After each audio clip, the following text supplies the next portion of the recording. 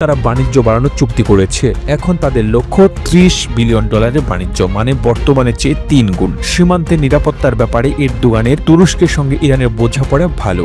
উভয় দেশই নিজেদের সীমান্তে কুর্দিদের কার্যক্রম নিয়ে উদ্বিগ্ন, তাই মাঝে মধ্যেই দুই দেশ বিরোধী তথ্য আদান প্রদান করে। ইরানের আরও একটি বন্ধুর নাম কাতার। ইরান ও কাতার বিশ্বের সবচেয়ে বড় গ্যাস ক্ষেত্র সাউথ পার্স বা নর্থ ডোম একসাথে ব্যবহার করে। এই গ্যাস ক্ষেত্রটি পারস্য উপসাগরের নিচে কাতার ও ইরানের মাঝখানে, তাই দুই দেশকে পরস্পরের সঙ্গে সমন্বয় করে গ্যাস উত্তোলন করতে হয়। কাতার এলএনজি বা লিকোফাইড ন্যাচারাল গ্যাস রপ্তানিতে বিশ্বে 1 নম্বর, আর ইরান দ্বিতীয় বা তৃতীয় হওয়ার চেষ্টা করছে। কাতারের জন্য ইরান সবচেয়ে বড় বিশ্বস্ততার পরিচয় দিয়েছিল 2017 সালে। সে বছর সৌদি আরব ও তার মিত্ররা কাতারের উপর অবরোধ আরোপ করে। ইরান তখন কাতারকে খাবার ও খাদ্য সামগ্রী পাঠায়। সে সময় ইরান কাতারকে আকাশপথ ও বন্দর ব্যবহারের সুবিধা দেয়। এমন নিঃস্বার্থ সমর্থন খুব বেশি দেখা যায় না, তাই কাতার ইরান সম্পর্ক অনেক ঘনিষ্ঠ।